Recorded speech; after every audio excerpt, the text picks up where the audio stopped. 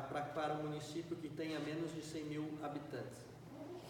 E também a gente entrega em anexo ao projeto de lei estadual o modelo do projeto de lei que nós estamos aprovando lá na Câmara. Então ele está aqui anexado e ele está vinculado aqui como um anexo. Inclusive ele diz que esse projeto de lei tem que ser aprovado na Câmara dos Vereadores sem emendas.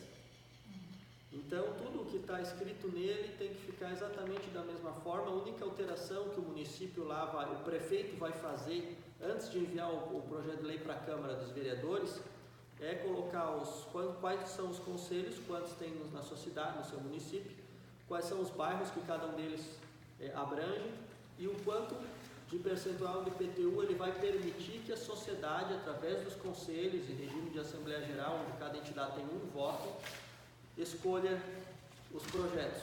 Então, aqui nesse modelo é 5% do indexador da arrecadação de IPTU. Então, o primeiro inciso aqui do artigo 1º diz que tem que ter essa quantidade de conselhos funcionando e que tem que ter esse projeto de lei aprovado na Câmara dos Vereadores. Basicamente é isso. O segundo inciso, ele diz que dentro da estrutura administrativa da Prefeitura precisa existir um órgão chamado Superintendência de Relações Comunitárias, vinculado ao gabinete do prefeito, e que em caso de municípios que tenham uma população superior a 100 mil habitantes, tenha um orçamento para custeio dos conselhos de desenvolvimento regionais de 35 mil. Ou seja, os municípios pequenos não vão ter isso, mas os maiores eles vão ter esse custeio até para conseguir cobrir o custo de folha, impressão, de fazer um evento com os candidatos a prefeito, candidatos a governador, que os conselhos têm que ir lá pagar um valor para locação de espaço, som e tudo mais. Então, esse segundo inciso é isso. Ele diz que tem que existir essa estrutura administrativa. Então, o prefeito lá no município, ele vai ter que fazer uma emenda na sua estrutura administrativa, que isso é uma lei, e ele vai ter que criar esse órgão. Esse órgão vai ter que ter pelo menos duas pessoas trabalhando ali, e essas pessoas têm que estar nomeadas em pelo menos 350 dias do ano. Isso daí é para evitar que o município crie daí na lei e não coloque ninguém para ajudar os conselhos e fazer interlocução.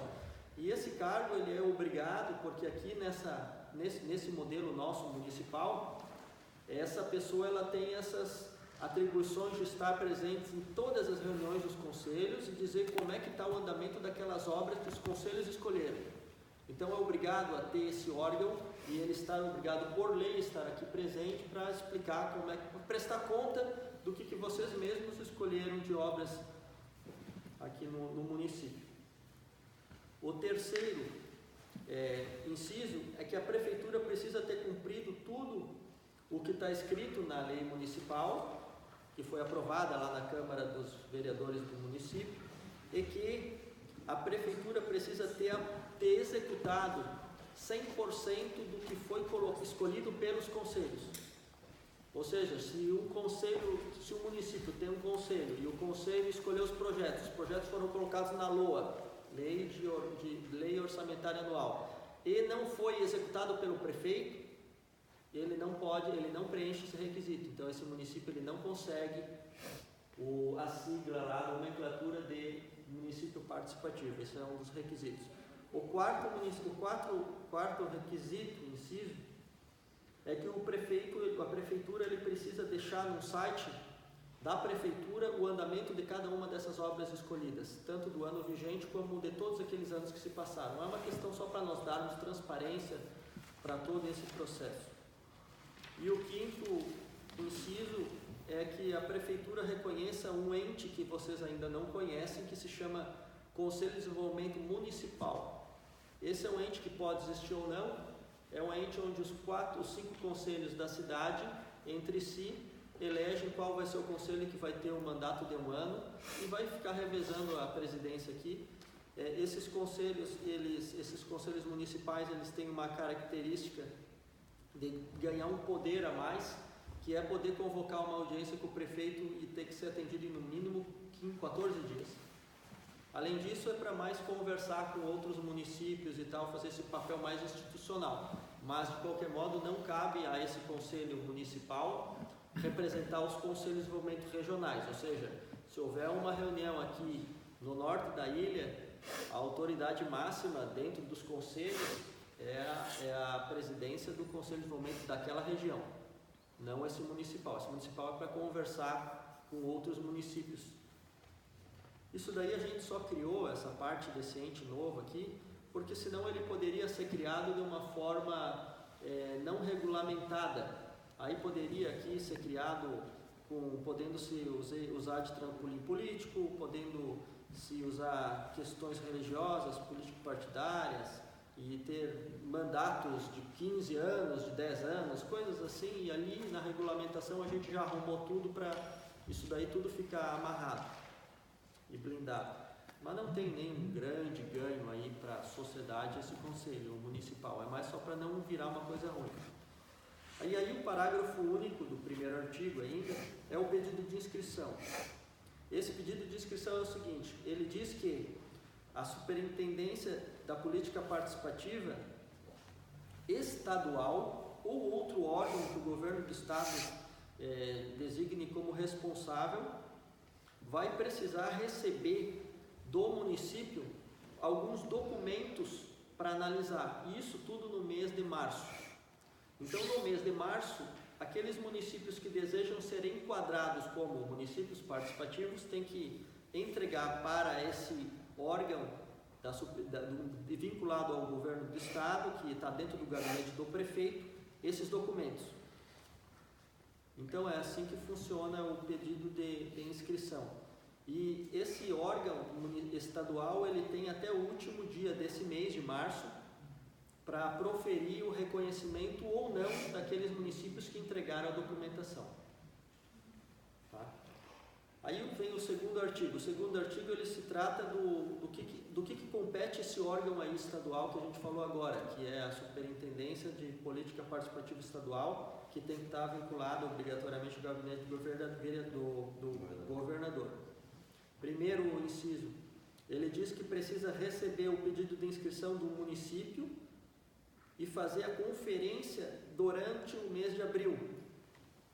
Se todas as exigências e os documentos do pedido de inscrição citados no primeiro artigo dessa lei estadual estiverem atendidos, ele tem que proferir o reconhecimento do município como ele sendo participativo.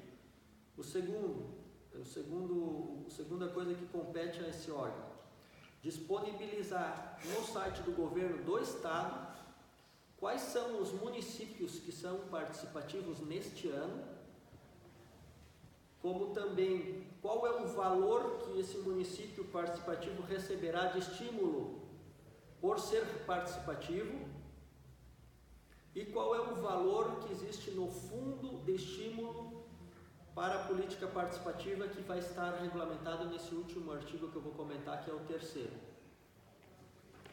Então, essas são as três tarefas essas são as três coisas que precisam estar disponibilizadas nesse site do governo do estado. E aqui tem a fórmula do estímulo, que vocês agora vão entender. O município que permitir que a sua população, através dos conselhos dessa lei municipal, escolha 5% da arrecadação do PTU e se enquadre como município participativo, vai receber de estímulo o mesmo montante deste fundo, multiplicado por 1,2, caso seja um município com mais de 100 mil habitantes. Se o município tiver menos de 100 mil habitantes, o que ele vai receber de estímulo por permitir que a sociedade escolha os 5% da arrecadação de IPTU é multiplicado por 1,4. Ou seja, você é prefeito de uma cidade do interior, a cidade tem 50 mil pessoas. Você permite que a sociedade lá, através da implementação da política participativa, tudo certinho e cumprindo esses requisitos, escolha o que vai ser feito com 100 mil reais. O que você vai receber por ter permitido que a população tenha escolhido esses projetos? Esse mesmo valor de 100 mil reais vezes 1,4. Então, permitiu que a sociedade escolhesse 100 mil e vai receber do fundo que vem do orçamento estadual, 140 mil. Então, essa fórmula que a gente encontrou para fazer com que os prefeitos, a sociedade, se movimente para permitir que as entidades escolham projetos. Além disso, esse órgão estadual também tem que auxiliar aqueles municípios que desejam se enquadrar nessa lei estadual, ou seja, é uma questão só de prestar o suporte. E o terceiro artigo, que ele fala um pouco do fundo e ele compete ao que o governador precisa fazer. O primeiro deles é criar um fundo de estímulo para a política participativa e anualmente depositar nesse fundo o valor equivalente a no mínimo 1,5% da arrecadação do ICMS. Tá? Isso vai equivaler a aproximadamente uns 70 milhões, 70, 80 milhões. Essa é a primeira atribuição do governador. A segunda é no mês de maio, o governador, através da sua Secretaria da Fazenda, transferir para aqueles municípios aquele valor que eles permitiram que as sociedades por esses projetos, vezes aquele multiplicador de 1,2 ou 1,4. E o restante que sobrar no fundo, retorna para o caixa do governo do estado. Tá? Então essa é a fórmula que a gente encontrou. E o terceiro aqui é a questão do outro ente, que é o Conselho de Desenvolvimento Estadual, que ele é composto pelos Conselhos de Desenvolvimento Municipais, e ele tem, só foi colocado aqui a regulamentação da eleição, que não pode ser uso de assuntos político-partidários, religiosos e coisas assim, para regulamentar e que ele não vire uma coisa ruim depois. E dito que ele serve para dialogar com outros estados que também tenham a mesma política participativa implementada. Então, em resumo geral, no mês de março, os municípios precisam levantar toda a documentação e entregar para esse órgão novo que se chama Superintendência de Relações Comunitárias de Política Participativa, que está lá dentro do governo do estado. Então, em março, os municípios fazem isso, tem um mês inteiro para fazer essa entrega da documentação. E em abril, esse órgão que recebeu a documentação tem que analisar. No último dia de abril, esse órgão precisa postar lá no site do governo do estado quais foram os municípios que se enquadraram e quanto cada um deles vai receber de estímulo por ter permitido que a sociedade tenha escolhido projetos. E no mês de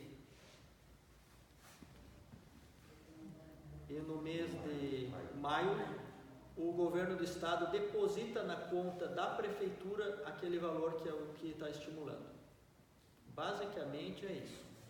É uma fórmula que a gente encontrou para fazer com que todos os atores do município tivessem interesse em permitir com que a sociedade que lá presente possa fazer escolhas, possa escolher os projetos.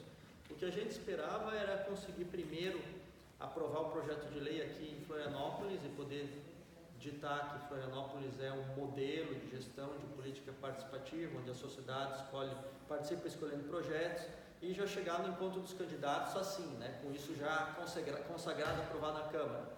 Mas com essa velocidade e essa dificuldade que está sendo encontrada lá, a gente vai ter que realmente partir para a aprovação desse projeto de lei, da entrega desse projeto de lei para os candidatos a governador, antes disso acontecer aqui, até porque não dá para esperar mais 4 anos para daí abrir essa nova janela, novo momento onde os candidatos ao governo do estado possam estar suscetíveis a se comprometer com a sociedade para permitir que ela escolha projetos. Esse projeto, essa filosofia, esse texto foi fruto de várias reuniões dos 5 presidentes dos conselhos, e esse mês, então, como estou explicando, a gente está rodando nas reuniões para explicar o que ele é e para pedir aprovação. Já foi aprovado no CODECOM, hoje está sendo colocado em aprovação aqui, quarta-feira vai no CODESUL, e no CODESUL, por não ter tempo hábil para rodar no CODELE, no leste da ilha, e no CODECEM, no centro, esses 2 conselhos já foram avisados para estarem presentes na reunião do CODESUL e lá também proferirem aprovação. Difícil explicar para a mulher essa reunião toda, mas